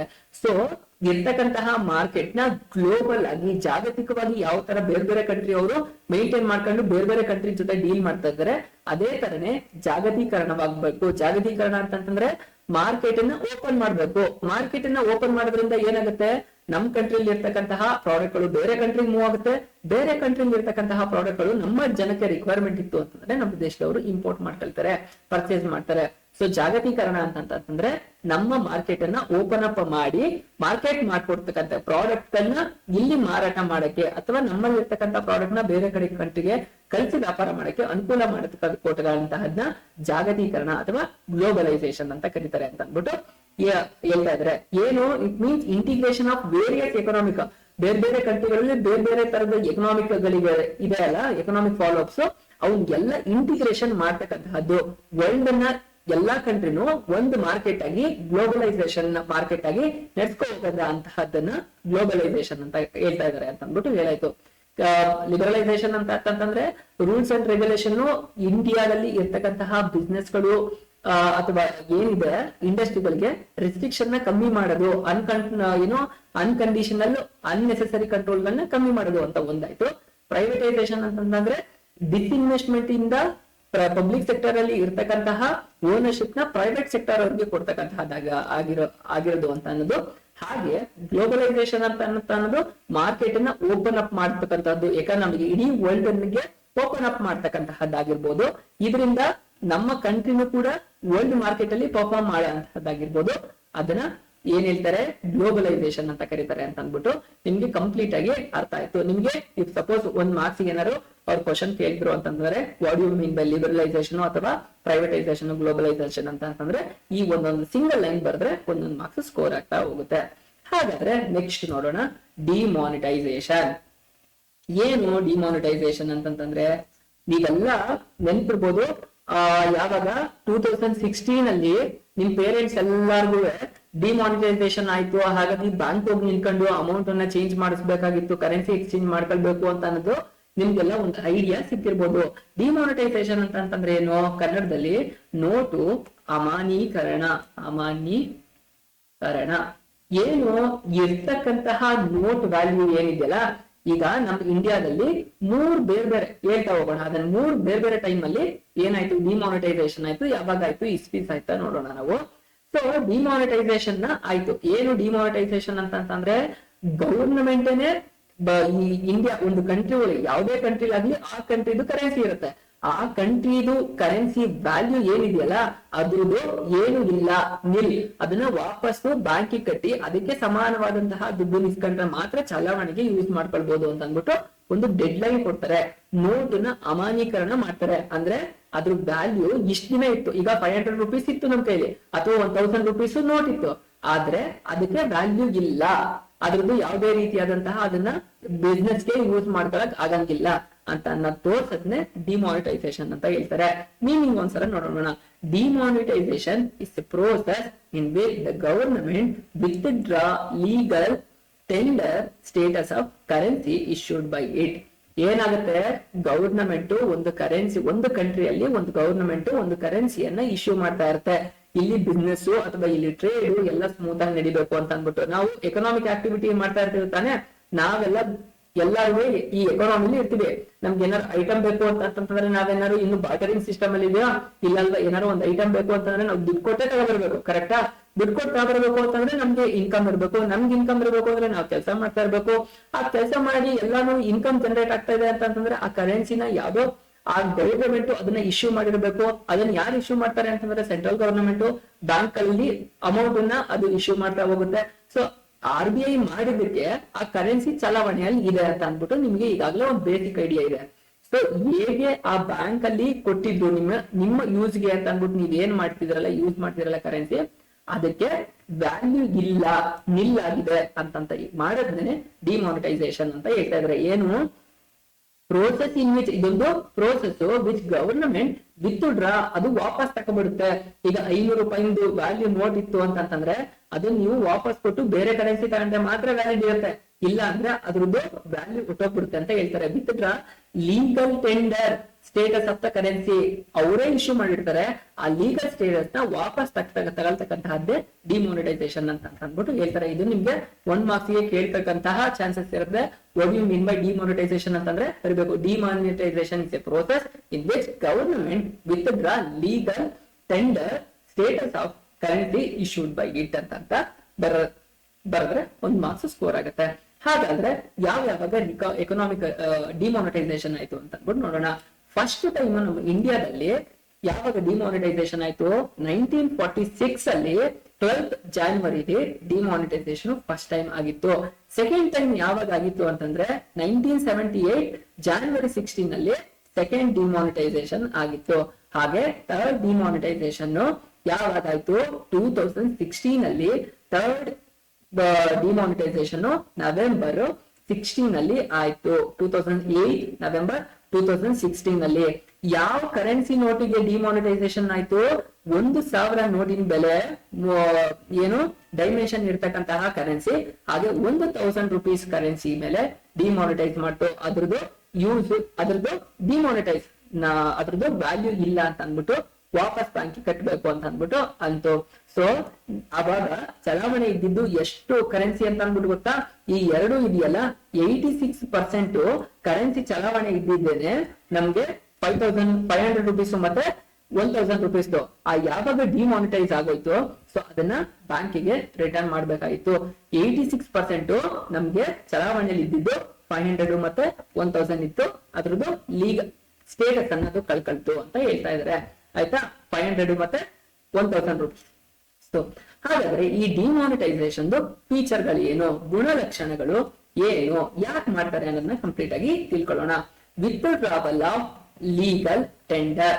ಏನು ವಿತ್ಡ್ರಾವಲ್ ಆಫ್ ಲೀಗಲ್ ಟೆಂಡರ್ ಅಂತಂದ್ರೆ 1,000 ರೂಪಾಯಿಂದು ಮುಖ ಬೆಲೆ ಇಲ್ಲ ನೋಟ್ ಅದು, ಆದ್ರೆ ಇವತ್ತು ಅದಕ್ಕೆ ವ್ಯಾಲ್ಯೂ ಇಲ್ಲ, ಅದಕ್ಕೆ ಯಾವುದೇ ರೀತಿಯಾದಂತಹ ಮೌಲ್ಯ ಇಲ್ಲ. ನೀವು 1,000 ರೂಪಾಯಿ ಇವತ್ತು 2000 ಈ ಸಲ ಏನ್ ಓದ್ತಾ ಇದ್ರಲ್ಲ, ಇವತ್ತೆಷ್ಟು ಜುಲೈ ಆಗಿರ್ಬೋದು, ನೀವ್ ಯಾವ ಮಂತ್ ಅಲ್ಲಿ ಇದನ್ನ ನೋಡ್ತಾ ಇರ್ಬೋದು. ಇವತ್ತು ಅದೇ 1,000 ರೂಪಾಯಿ ಇಟ್ಕೊಂಡ್ರೆ ಅದಕ್ಕೆ ವ್ಯಾಲ್ಯೂ ಇಲ್ಲ. ಏನಕ್ಕೆ ಅಂತಂದ್ರೆ ಯಾವ ಬ್ಯಾಂಕ್ ಅಲ್ಲೂ ಅಕ್ಸೆಪ್ಟ್ ಮಾಡಿರಲ್ಲ, ಯಾವ ಜನನೂ ಇಸ್ಕೊಳ್ಳೋದಿಲ್ಲ, ಹೌದಾ? ಹಾಗಾಗಿ ಅದ್ರದ್ದು ವ್ಯಾಲ್ಯೂ ಒಟ್ಟೋಗ್ಬಿಟ್ಟಿದೆ. 500 ರೂಪೀಸ್ ನೀವು ಹಳೇದ್ ಇಟ್ಕೊಂಡಿದೀರಾ ಅಂತಂದ್ರೆ ಸುಮ್ನೆ ಶೋ ಕೇಸ್ಗೆ ಅಂತ ಇಟ್ಕೊಳ್ಬಹುದು. 1,000 ರೂಪೀಸ್ ಒಂದು ಶೋ ಕೇಸ್ಗೆ ಅಂತ ಇಟ್ಕೊಳ್ಬಹುದು. ಬಟ್ ಅದ್ರದ್ದು ಚಲಾವಣೆ ಇರೋದಿಲ್ಲ, ಅದ್ರದ್ದು ವ್ಯಾಲ್ಯೂ ಏನು ಇರೋದಿಲ್ಲ ಅಂತ ಅಂದ್ಬಿಟ್ಟು ಹೇಳ್ತಾ ಇದಾರೆ. ಲೀಗಲ್ ಟೆಂಡರ್ ನ ವಾಪಸ್ ತಗೊಂಡಿರ್ತಾರೆ, ವಿತ್ಡ್ರಾ ಮಾಡಿರ್ತಾರೆ ಅನ್ನೋದು ಫಸ್ಟ್ ಪಾಯಿಂಟ್ ಆಯ್ತು. ಇಂಪ್ಯಾಕ್ಟ್ ಆನ್ ಬ್ಲಾಕ್ ಮನಿ. ಏನು ಬ್ಲಾಕ್ ಮನಿ ಅಂತಂದ್ರೆ ಯಾರು ಲೀಗಲ್ ಆಗಿ ಅಮೌಂಟ್ ನಮ್ದು ಅಂತ ಅಂದ್ಬಿಟ್ಟು ತೋರ್ಸ್ಕೊಳಕ್ಕೆ ಆಗಿಲ್ಲ, ಅದನ್ನ ಬ್ಲಾಕ್ ಮನಿ ಅಂತ ಅಂದ್ಬಿಟ್ಟು ಹೇಳ್ತಾರೆ. ಯಾರು ಅವರ ಹೆಸರಲ್ಲಿ ಇರದೇ ಇರ್ತಕ್ಕಂತಹ ಅಮೌಂಟ್ ಗುಪ್ತವಾಗಿ ಇಟ್ಕೊಳ್ತಾರಲ್ಲ, ಸೊ ಆ ಗುಪ್ತವಾಗಿ ಯಾರ್ಯಾರು ಇಟ್ಕೊಂಡ್ರಲ್ಲ, ಯಾರ್ಯಾರ ಹತ್ರ ಇತ್ತು ಅಂತ ಅನ್ನೋದು ಅದನ್ನ ಬಯಲಿ ಎಳಿಲಿಕ್ಕೆ ಅದು ಡಿಮಾನಿಟೈಸೇಷನ್ ಅನುಕೂಲ ಆಯ್ತು. ಇದು ಯಾವುದು ಡಿಮಾನಿಟೈಸೇಷನ್ ನ ಸೆಕೆಂಡ್ ಫೀಚರ್ ಆಗಿದೆ ಅಂತ ಅಂದ್ಬಿಟ್ಟು ಹೇಳ್ತಾ ಇದ್ದಾರೆ. ಮೂರನೇ ಪಾಯಿಂಟ್ ಏನು? Promotion of digital transaction. ತುಂಬಾ ಇಂಪಾರ್ಟೆಂಟ್ ಗೈಸ್. ಏನಾಗೋಯ್ತು? ಡಿಮಾನಿಟೈಸ್ ಆಗಿದ ತಕ್ಷಣ ಏನಾಗೋಯ್ತು? ಜನಕ್ಕೆ ಮಾರ್ಕೆಟ್ ಅಲ್ಲಿ 86% 500 ರೂಪೀಸ್ 1,000 ರೂಪೀಸ್ ಇತ್ತು. ಯಾವಾಗ ಇದ್ರದ್ದು ವ್ಯಾಲ್ಯೂ ಇಲ್ಲ ಅಂತಂದ ತಕ್ಷಣ ಏನಾಗೋಯ್ತು? ಬೇರೆ ಕರೆನ್ಸಿನ ಅವ್ರು ಬೇಕಾಗಿತ್ತು, ಯಾಕಂದ್ರೆ ಬಿಸ್ನೆಸ್ ಮಾಡ್ಲಿಕ್ಕೆ ಆಗೋದಿಲ್ಲ ಅಥವಾ ಟ್ರಾನ್ಸಾಕ್ಷನ್ ಮಾಡ್ಲಿಕ್ಕೆ ಆಗೋದಿಲ್ಲ. ಅವಾಗ ಏನಾಯ್ತು, ಎಲ್ಲ ಜನ ಬ್ಯಾಂಕಿಗೆ ಹೋಗಿ ನಿಂತ್ಕೊಂಡ್ರು. ಯಾವಾಗ ಜನ ಬ್ಯಾಂಕಿಗೆ ನಿಂತ್ಕೊಂಡ್ರು ಅಲ್ಲಿ ಏನಾಯ್ತು, ತುಂಬಾ ರಶ್ ಆಗೋಯ್ತು. ಯಾವಾಗ ಒಂದೇ ಟೈಮಿಗೆ ರಶ್ ಆಗೋಯ್ತು ಅವಾಗ ಏನಾಗೋಯ್ತು, ಜನಕ್ಕೆ ತುಂಬಾ ಕಾಯ್ಬೇಕಾಯ್ತು. ಅವಾಗ ಏನಾಗೋಯ್ತು, ಡಿಜಿಟಲೈಸೇಷನ್ ಆಯ್ತು. ಡಿಜಿಟಲ್ ಟ್ರಾನ್ಸಾಕ್ಷನ್ ಕಡೆಗೆ ಜನ ತಿರ್ಗಿದ್ರು. ಏನು ಡಿಜಿಟಲ್, ಇಷ್ಟ ದಿನ ಹಾರ್ಡ್ ಕರೆನ್ಸಿನೇ ಯೂಸ್ ಮಾಡಿ ಫಾಲೋ ಅಪ್ ಮಾಡ್ಬೇಕು ಅಂತ ಇತ್ತಲ್ಲ, ಈಗ ಕರೆನ್ಸಿ ದುಡ್ಡು ಇತ್ತು ಅಂತಂದ್ರೆ ಮಾತ್ರನೇ ಟ್ರಾನ್ಸಾಕ್ಷನ್ ಮಾಡ್ಬೇಕಾಗಿತ್ತು. ಸೊ ಡಿಜಿಟಲೈಸೇಷನ್ ಆಗಿದ ತಕ್ಷಣ ಏನ್ ಅಡ್ವಾಂಟೇಜ್ ಆಯ್ತು, UPI ಬಂತು. ಆನ್ಲೈನ್ ಅಲ್ಲೇ ಕೂತಿದ್ದ ಜಾಗದಲ್ಲೇ ನಾವು ಯಾರಿಗೆ ಪೇಮೆಂಟ್ ಮಾಡ್ಬೋದು, ಆನ್ಲೈನ್ ಅಲ್ಲೇ ಕಳಿಸ್ಬಿಡ್ಬೋದಾಗಿತ್ತು. ಸೊ ಹಾರ್ಡ್ ಮನಿನ ಕಳ್ಸಕ್ಕಿಂತ ಸಾಫ್ಟ್ ಮನಿ ಅಥವಾ ಮೊಬೈಲ್ ಅಲ್ಲೇ ಕುತ್ಕೊಂಡು ಡಿಜಿಟಲೈಸೇಷನ್ ಇಂಪ್ರೂವ್ ಮಾಡಕ್ಕೆ ಡಿಮಾನಿಟೈಸೇಷನ್ ಅನುಕೂಲ ಆಯ್ತು. ಇದು ಒಂದು ಫೀಚರ್ ಆಗಿದೆ ಡಿಮಾನಿಟೈಸೇಷನ್ ಅಂತ ಅಂದ್ಬಿಟ್ಟು ಹೇಳ್ತಾ ಇದ್ದಾರೆ. ಏನು next point, potential for economic description. ಏನು ಎಕನಾಮಿಲಿ ಆಗ್ತಿರ್ತಕ್ಕಂತಹ ಡಿಸ್ಕ್ರಿಪ್ಷನ್ ಏನೇನಿತ್ತಲ್ಲ, ಈಗ ಬೇರೆ ತರ ಪಾಯಿಂಟ್ ಆಫ್ ವ್ಯೂ ಅಲ್ಲಿ ಇನ್ನೊಂದು ನೋಡ್ತೀವಿ ಅಂತಂತಂದ್ರೆ ಟೆರರಿಸಂ ಏನಿತ್ತಲ್ಲ, ಈಗ ಟೆರರಿಸಂಗೆ ಕೆಲವು ದುಡ್ಡು ಹೋಗ್ತಾ ಇರುತ್ತೆ. ಸೊ ಅವಾಗ ಡಿಮಾನಿಟೈಸೇಷನ್ ಆಗೋಯ್ತು ಅಂತ ಅಂದಿದ ತಕ್ಷಣ ಏನಾಗುತ್ತೆ, ಅವ್ರಿಗೆ ಈ ಕರೆನ್ಸಿ ಚಲಾವಣೆಯಲ್ಲಿ ಇರೋದಿಲ್ಲ. ಅವಾಗ ಏನಾಗುತ್ತೆ, ಜನ ಇಸ್ಕೊಂಡ್ರು ಪ್ರಯೋಜನ ಆಗೋದಿಲ್ಲ. ಕರೆಕ್ಟಾ, ಆ ಅಮೌಂಟ್ ವ್ಯಾಲ್ಯೂ ಇಲ್ಲ ಅಂತ ಅಂದಾಗ ಸೊ ಜನ ಅದನ್ನ ಬಿಡೋ ಅಂತಹ ಚಾನ್ಸಸ್ ಇರುತ್ತೆ. ಇಲ್ಲಿ ಡಿಸ್ಕ್ರಿಪ್ಷನ್ ಏನಾಯ್ತು, ಪೊಟೆನ್ಶಿಯಲ್ ಫಾರ್ ಮತ್ತೆ ಎಕಾನಮಿ ಬೂಸ್ಟ್ ಆಗಕ್ಕೆ ಅನುಕೂಲ ಆಗುತ್ತೆ. ಯಾವ ತರ ಹೊಸ ಕರೆನ್ಸಿ ಬರುತ್ತೆ, ಮತ್ತೆನೆ ಹೊಸ ಪ್ರಾಕ್ಟೀಸ್ ಸ್ಟಾರ್ಟ್ ಆಗುತ್ತೆ, ಹಳೆ ಕರೆನ್ಸಿನ ಹೋಗ್ಬಿಟ್ಟು ಹೊಸ ಕರೆನ್ಸಿ ಬರುತ್ತೆ ಅಂತ ಅಂದ್ಬಿಟ್ಟು ಹೇಳ್ತಾ ಇದ್ದಾರೆ. ಇದು ಡಿಮಾನಿಟೈಸೇಷನ್ ನ ಇನ್ನೊಂದು ಫೀಚರ್ ಅಂತ ಅಂದ್ಬಿಟ್ಟು ಹೇಳ್ತಾ ಇದ್ದಾರೆ. ಹಾಗಾದ್ರೆ ಡಿಮಾನಿಟೈಸೇಷನ್ ಇನ್ನೊಂದು ಫೀಚರ್ ಮೇನ್ ಇಂಪಾರ್ಟೆಂಟ್ ಯಾವ್ದು ಅಂತಂದ್ರೆ ಆಬ್ಜೆಕ್ಟಿವ್ಸ್ ಅಂಡ್ ಗೋಲ್ಸ್. ಏನ್ ಇದ್ರದ್ದು ಆಬ್ಜೆಕ್ಟಿವ್ ಗೋಲ್ಸ್ ಆಗಿತ್ತು, ಕಂಬ್ಯಾಟಿಂಗ್ ಕರಪ್ಷನ್. ಏನ್ ಕರಪ್ಷನ್ ಅಂತಂದ್ರೆ ಭ್ರಷ್ಟಾಚಾರ. ತುಂಬಾ ಇಂಪಾರ್ಟೆಂಟ್, ಭ್ರಷ್ಟಾಚಾರ. ಏನಾಯ್ತು, ಡಿಮಾನಿಟೈಸೇಷನ್ ಮಾಡಿದ್ರಿಂದ ಭ್ರಷ್ಟಾಚಾರ ಕಡಿಮೆ ಆಯ್ತು. ಏನಂತಂದ್ರೆ ಭ್ರಷ್ಟಾಚಾರ ಅಂತಂದ್ರೆ ನಾವು ಗವರ್ಮೆಂಟ್ ಆಫೀಸರ್ಸ್ ಜನರ ಹತ್ರ ದುಡ್ಡು ಇಸ್ಕೊಂಡ್ಬಿಟ್ಟು ಮಾಡ್ತಕ್ಕಂತಹದ್ದು. ಸೊ ಅವಾಗ ಯಾವಾಗ ಡಿಮಾನಿಟೈಸೇಷನ್ ಆಗೋಯ್ತು, ಈ ತರ ಕೊಡ್ತಕ್ಕಂತಹ ದುಡ್ಡು ಯಾರಿಗೋ ಭ್ರಷ್ಟಾಚಾರವಾಗಿ ಯಾರು ದುಡ್ಡು ಮಾಡಿಟ್ಕೊಂಡಿದ್ರು ಅಥವಾ ಯಾರು ಕೊಡ್ತಾ ಇದ್ರು ಅದು ಕಮ್ಮಿ ಆಯ್ತು ಅಂತ ಅಂದ್ಬಿಟ್ಟು ಹೇಳ್ತಾ ಇದಾರೆ. ಇದ್ರದ್ದು ಅಡ್ವಾಂಟೇಜ್ ಇಂಪ್ಯಾಕ್ಟ್ ಏನಾಯ್ತು, ಇದು ಒಂದು ಫೀಚರ್ ಡಿಮಾನಿಟೈಸೇಷನ್ ಅಂತ ಅಂದ್ಬಿಟ್ಟು ನೀವು ಅರ್ಥ ಮಾಡ್ಕೊಳ್ಬೇಕಾಗಿದೆ. Fighting counterfeiting. ಏನು ಕೌಂಟರ್ ಫೈಲಿಂಗ್ ಅಂತಂದ್ರೆ, ಇಫ್ ಸಪೋಸ್ ಡೂಪ್ಲಿಕೇಟ್ಸ್ ನೋಟ್ ಗಳು ಏನಾದ್ರು ಚಲಾವಣೆಯಲ್ಲಿ ಇತ್ತು ಅಂತಂದ್ರೆ ಅವೆಲ್ಲ ಕರ್ಬ್ ಆಯ್ತು ಅಂತ ಅಂದ್ಬಿಟ್ಟು ಹೇಳ್ತಾ ಇದ್ರೆ. ಈಗ ಸೇಮ್ ಹೋಲಿಕೆ ಇರ್ತಕ್ಕಂತಹ ನೋಟ್ಗಳನ್ನೇ ಏನಾದ್ರು ಅವ್ರು ಚಲಾವಣೆಯಲ್ಲಿ ಇತ್ತು ಸ್ಮೂತ್ ಆಗಿ ಮಾಡ್ಕೊ ಹೋಗ್ತಿದ್ರು ಅಂತಂದ್ರೆ ಡಿಮಾನಿಟೈಸೇಷನ್ ಮಾಡಿದಾಗ ಅವ್ರದ್ದು ವ್ಯಾಲ್ಯೂ ಬಿದ್ದೋಯ್ತಲ್ಲ, ಯಾರು ಇಸ್ಕೊಳಂಗಿಲ್ಲ. ಅವಾಗ ಏನ್ ಅಡ್ವಾಂಟೇಜ್ ಆಯ್ತು, ಸೊ ಅಂತ ಏನ್ ಡೂಪ್ಲಿಕೇಟ್ ನೋಟ್ ಇತ್ತವಲ್ಲ ಅವ್ರದ್ದು ವ್ಯಾಲ್ಯೂ ಕಳ್ಕತ್ತು ಅಂತ ಹೇಳ್ತಾ ಇದಾರೆ. ಮೊಬೈಲೈಸಿಂಗ್ ದ ಎಕಾನಮಿ. ಇದರಿಂದ ಮತ್ತೆ ಹೊಸ ಚೈತನ್ಯವನ್ನ ತಗೊಳ್ತು ಎಕಾನಮಿ ಬೂಸ್ಟ್ ಆಗ್ಲಿಕ್ಕೆ ಅಂತ ಅಂದ್ಬಿಟ್ಟು ಹೇಳ್ತಾ ಇದಾರೆ. ಈಗ ನಿಮ್ಗೆ ಏನ್ ಅರ್ಥ ಆಯ್ತು, ಎಕನಾಮಿಕ್ ರಿಫಾರ್ಮ್ಸ್ ಅಂತಂದ್ರೆ ಏನು ಒಂದು ಅರ್ಥ ಆಯ್ತು. ಎಕನಾಮಿಕಲ್ ರಿಫಾರ್ಮ್ಸ್ ಅಲ್ಲಿ ಇರ್ತಕ್ಕಂತಹ 3 ಮೇನ್ ಇಂಪಾರ್ಟೆಂಟ್ ಫ್ಯಾಕ್ಟರ್ಸ್ ಯಾವುದು, privatisation, liberalisation, privatisation, globalisation concept ಅರ್ಥ ಆಯ್ತು. ಡಿಮಾನಿಟೈಸೇಷನ್ ಅಂತಂದ್ರೇನು, ಡಿಮಾನಿಟೈಸೇಷನ್ ಮೀನಿಂಗ್ ಏನು, ಡಿಮಾನಿಟೈಸೇಷನ್ ಯಾವ ಟೈಮ್ ಅಲ್ಲಿ ಆಯ್ತು, ಡಿಮಾನಿಟೈಸೇಷನ್ ಇಂದ ಆದಂತ ಇರ್ತಕ್ಕಂತಹ ಫೀಚರ್ ಗಳ ಗುಣಲಕ್ಷಣಗಳು ಏನು ಅಂತ ಅಂದ್ಬಿಟ್ಟು ಗೊತ್ತಾಯ್ತು. ಈಗ ಫೈನಲ್ ಆಗಿ ಡಿಮಾನಿಟೈಸೇಷನ್ ಇಂಪ್ಯಾಕ್ಟ್ ಏನಾಯ್ತು ಅಂತ ಅಂದ್ಬಿಟ್ಟು ನೋಡೋಣ. ಈ ಇಂಪ್ಯಾಕ್ಟ್ ಅಂತಂದ್ರೆ ಏನು, ಯಾವುದೇ ಒಂದು ಹೊಸದ ಪಾಲಿಸಿ ತಂದಿದ್ರಿಂದ ಅಥವಾ ಡಿಮಾನಿಟೈಸೇಷನ್ ಮಾಡಿದ್ರಿಂದ ಏನೇನು ಬದಲಾವಣೆಗಳು ಆಯ್ತು ಅಂತ ಅಂದ್ಬಿಟ್ಟು ನೋಡೋಣ. ಇಲ್ಲಿ ಒಂದು ಮನಿ ಆರ್ ಇಂಟ್ರೆಸ್ಟ್ ರೇಟ್. ಏನ್ ಹೇಳ್ತಾ ಇದ್ರೆ, ಹಣ ಮತ್ತೆ ಇಂಟ್ರೆಸ್ಟ್ ರೇಟ್ ಗೆ ಸಂಬಂಧಪಟ್ಟಂಗೆ ಏನಾಯ್ತು ಬದಲಾವಣೆ ಡಿಮಾನಿಟೈಸೇಷನ್ ದಿಂದ ಅಂತ ಅಂದ್ಬಿಟ್ಟು. Decline in cash transaction. ಯಾವಾಗ ದುಡ್ಡಿಗೆ ವ್ಯಾಲ್ಯೂ ಇಲ್ಲ ಅಂತಂದಾಗ ಗೊತ್ತಾಯ್ತು, ಜನ ಕ್ಯಾಶ್ ಬದಲು ಡಿಜಿಟಲ್ ಆಗಿ ಟ್ರಾನ್ಸ್ಫಾರ್ಮ್ ಆದ್ರು, ಆನ್ಲೈನ್ ಅಲ್ಲಿ ಪೇಮೆಂಟ್ ಮಾಡಿದ್ರು. ಈಗ ಹಾರ್ಡ್ ಕ್ಯಾಶ್ ತಗೊಂಡು ಕೊಡಕ್ಕಿಂತ ಆನ್ಲೈನ್ ಅಲ್ಲಿ ತಕ್ಕಂತ ಈಸಿಯಾಗಿ ಅವ್ರಿಗೆ ಟ್ರಾನ್ಸ್ಫರ್ ಮಾಡ್ಬಿಡ್ಬೋದಾ. ಸೊ ಹಾರ್ಡ್ ಕರೆನ್ಸಿ ಟ್ರಾನ್ಸಾಕ್ಷನ್ ಏನಿತ್ತು ಅದು ಕಮ್ಮಿ ಆಯ್ತು ಅಂತ ಅಂದ್ಬಿಟ್ಟು ಹೇಳ್ತಾ ಇದ್ರೆ. ಬ್ಯಾಂಕ್ ಡೆಪಾಸಿಟ್ ಇನ್ಕ್ರೀಸ್ ಆಯ್ತು. ಯಾವಾಗ ಡಿಮಾನಿಟೈಸೇಷನ್ ಆಯ್ತು, ಇರ್ತಕ್ಕಂತಹ ದುಡ್ಡು ಮನೇಲಿ ಇಟ್ಕೊಂಡ್ರೆ ಏನ್ ಪ್ರಯೋಜನ, ಅವಾಗ ಏನು ಪ್ರಯೋಜನ ಇಲ್ಲ ಅಲ್ವಾ. ಜನ ಏನ್ ಮಾಡಿದ್ರು, ಬ್ಯಾಂಕಿಗೆ ತಗೋಗಿ ಡೆಪಾಸಿಟ್ ಮಾಡಕ್ಕೆ ಸ್ಟಾರ್ಟ್ ಮಾಡಿದ್ರು. ಇದರಿಂದ ಬ್ಯಾಂಕ್ ಅಲ್ಲಿ ಡೆಪಾಸಿಟ್ ಜಾಸ್ತಿ ಆಯ್ತು ಅಂತ ಅಂದ್ಬಿಟ್ಟು ಹೇಳ್ತಾ ಇದ್ದಾರೆ. Increase in financial saving. ಏನು ಫೈನಾನ್ಷಿಯಲ್ ಸೇವಿಂಗ್, ಯಾರು ಈ ತರ ಬೇರೆ ಬೇರೆ ಅಮೌಂಟ್ ಗಳನ್ನ ಸ್ಟೋರ್ ಮಾಡಿ ಇಟ್ಕೊಂಡಿದಾರಲ್ಲ, ಮನೇಲಿ ಸುಮ್ನೆ ಡೆಡ್ ಆಗ ದುಡ್ಡು ಇರ್ತಿತ್ತಲ್ಲ, ಅದನ್ನ ಏನಾಗಿ ಫೈನಾನ್ಷಿಯಲ್ ಸೇವಿಂಗ್ಸ್ ಆಗಿ ಕನ್ವರ್ಟ್ ಮಾಡ್ಕೊಳ್ಳಿಕ್ಕೆ ಒಂದು ಅಡ್ವಾಂಟೇಜ್ ಆಯ್ತು ಅಂತ ಅಂದ್ಬಿಟ್ಟು ಹೇಳ್ತಾ ಇದ್ದಾರೆ. ಸೊ ಇದು ಮನಿ ಮತ್ತೆ ಇನ್ವೆಸ್ಟ್ಮೆಂಟ್ ಗೆ ಸಂಬಂಧಪಟ್ಟ ಇನ್ವೆಸ್ಟ್ಮೆಂಟ್ ರೇಟ್ಗೆ ಸಂಬಂಧಪಟ್ಟಂಗೆ ಏನೇನ್ ಚೇಂಜಸ್ ಆಯ್ತು, ಇಂಪ್ಯಾಕ್ಟ್ ಬದಲಾವಣೆಗಳು. ಇಂಪ್ಯಾಕ್ಟ್ ಅಂದ್ರೆ ಏನು? ಬದಲಾವಣೆಗಳು. ಡಿಮಾನಿಟೈಸೇಷನ್ ನೋಟು ಅಮಾನ್ಯೀಕರಣದಿಂದ ಆದಂತಹ ಬದಲಾವಣೆಗಳು, ಚೇಂಜಸ್ ಗಳು ಏನು ಅನ್ನೋದನ್ನ ನೋಡ್ತಾ ಇದೀವಿ. ಪ್ರೈವೇಟ್ ವೆಲ್ತ್ ಏನ್ ಹೇಳ್ತಾ ಇದಾರೆ? Declined since some high demonetised notes were not return and real estate price fall down. ಏನಾಯ್ತು? ಯಾರು ಪ್ರೈವೇಟ್ ವೆಲ್ತ್ ನ ಈಗ ಬೇರೆ ಬೇರೆ ರೆಕಾರ್ಡೆಡ್ ಅಲ್ಲಿ ಯಾರು ತೋರಿಸಿಲ್ಲ ಅಮೌಂಟ್ ನ ಇಲ್ಲೀಗಲ್ ಇಟ್ಕೊಂಡಿದಾರಲ್ಲ ಅದ್ರದ್ದು ವ್ಯಾಲ್ಯೂ ಬಿದ್ದೋಯ್ತು. ಹಾಗೆ ಇಂಡಿಯನ್ ಮಾರ್ಕೆಟ್ ಅಲ್ಲಿ ಯಾವ್ದ್ರದ್ದು ರಿಯಲ್ ಎಸ್ಟೇಟ್ ಪ್ರೈಸ್ ಕಮ್ಮಿ ಆಯ್ತು ಅಂತ ಅಂದ್ಬಿಟ್ಟು ಹೇಳ್ತಾ ಇದ್ರೆ. ಪ್ರೈವೇಟ್ ವೆಲ್ತ್ ಏನ್ ಇಟ್ಕೊಂಡಿದಾರಲ್ಲ ಅನ್ಅಕೌಂಟಬಲ್ ಅಮೌಂಟ್ ಇದೆಯಲ್ಲ ಅದ್ರದ್ದು ಪ್ರೈಸ್ ಬಿದ್ದೋಯ್ತು ಅಂತ ಅಂದ್ಬಿಟ್ಟು ಹೇಳ್ತಾ ಇದಾರೆ. High demonetisation wear not return, ಯಾರು ಕೊಡ್ಲಿಲ್ಲ ಅದ್ರದ್ದು ವ್ಯಾಲ್ಯೂ ಹೊರಟೋಯ್ತು ಅಂತ ಅಂದ್ಬಿಟ್ಟು ಹೇಳ್ತಾ ಇದಾರೆ. ಹಾಗಾದ್ರೆ ಪಬ್ಲಿಕ್ ಸೆಕ್ಟರ್ ವೆಲ್ತ್ ಮೇಲೆ ಏನ್ ಇಂಪ್ಯಾಕ್ಟ್ ಆಯ್ತು? ಖಂಡಿತವಾಗ್ಲೂ ಪಬ್ಲಿಕ್ ಸೆಕ್ಟರ್ ವೆಲ್ತ್ ಮೇಲೆ ಯಾವುದೇ ರೀತಿಯಾದಂತಹ ಇಂಪ್ಯಾಕ್ಟ್ ಆಗ್ಲಿಲ್ಲ ಅಂತ ಅಂದ್ಬಿಟ್ಟು ಹೇಳ್ತಾ ಇದಾರೆ. 4ನೇ ಇಂಪಾರ್ಟೆಂಟ್ ಇಂಪ್ಯಾಕ್ಟ್ ಡಿಜಿಟಲೈಸೇಷನ್. ಏನ್ ಡಿಜಿಟಲೈಸೇಷನ್ ಅಂತಂದ್ರೆ ಕರೆನ್ಸಿ ಯಾವಾಗ ಇರ್ಲಿಲ್ಲ ಅವಾಗ ಏನ್ ಮಾಡಿದ್ರು ಜನ ಆನ್ಲೈನ್ ಅಲ್ಲಿ ಪೇಮೆಂಟ್ ಮಾಡಕ್ಕೆ ಸ್ಟಾರ್ಟ್ ಆಯ್ತು. ಆನ್ಲೈನ್ ಅಲ್ಲಿ ಯಾವಾಗ ಪೇಮೆಂಟ್ ಮಾಡಕ್ ಸ್ಟಾರ್ಟ್ ಆಯ್ತು ಅವ್ರಿಗೆ ಈಸಿ. ಇನಿಷಿಯಲ್ ಡೇಸ್ ಅಲ್ಲಿ ಎಲ್ಲವೂ ಕಷ್ಟ, ಹೊಸದಾಗಿ ಕಲಿಬೇಕು ಅಂತಂದ್ರೆ. ಆದ್ರೆ ಯಾವಾಗ ಜನಕ್ಕೆ ಒಂದ್ಸಲ ಅರ್ಥ ಆಗೋಯ್ತು ಈಸಿಯಾಗಿ ಕಲ್ತ್ಕೊಳಕ್ಕೆ ಸ್ಟಾರ್ಟ್ ಮಾಡಿದ್ರು. ಹಾಗಾಗಿ ಆನ್ಲೈನ್ ಅಲ್ಲಿ ಪೇಮೆಂಟ್ ಮಾಡಕ್ಕೆ ಅನುಕೂಲ ಆಯ್ತು. ಇಲ್ಲಿ ರುಪೇ ಬಂತು, UPI ಪೇಮೆಂಟ್ ಗಳು ಬಂತು. Digital transaction among new users RuPay ಮತ್ತೆ AEPS ಇನ್ಕ್ರೀಸ್ಡ್. ಆನ್ಲೈನ್ ಪೇಮೆಂಟ್ ಮೋಡ್ಗಳು ತುಂಬಾ ಜಾಸ್ತಿ ಆಯ್ತು. ಯಾವ್ದ್ರಿಂದ ಆಗಿದ್ದು? ಏನ ಮಾಡಿದ್ರಿಂದ? ಡಿಮಾನಿಟೈಸೇಷನ್ ಮಾಡಿದ್ರಿಂದ ಆಯ್ತು ಇಂಪ್ರೂವ್ಮೆಂಟ್ಸ್ ಅಂತ ಹೇಳ್ತಾ ಇದ್ರೆ. ಹಾಗಾದ್ರೆ ರಿಯಲ್ ಎಸ್ಟೇಟ್ ಮೇಲೆ ಏನ್ ಇಂಪ್ಯಾಕ್ಟ್ ಮಾಡ್ತು?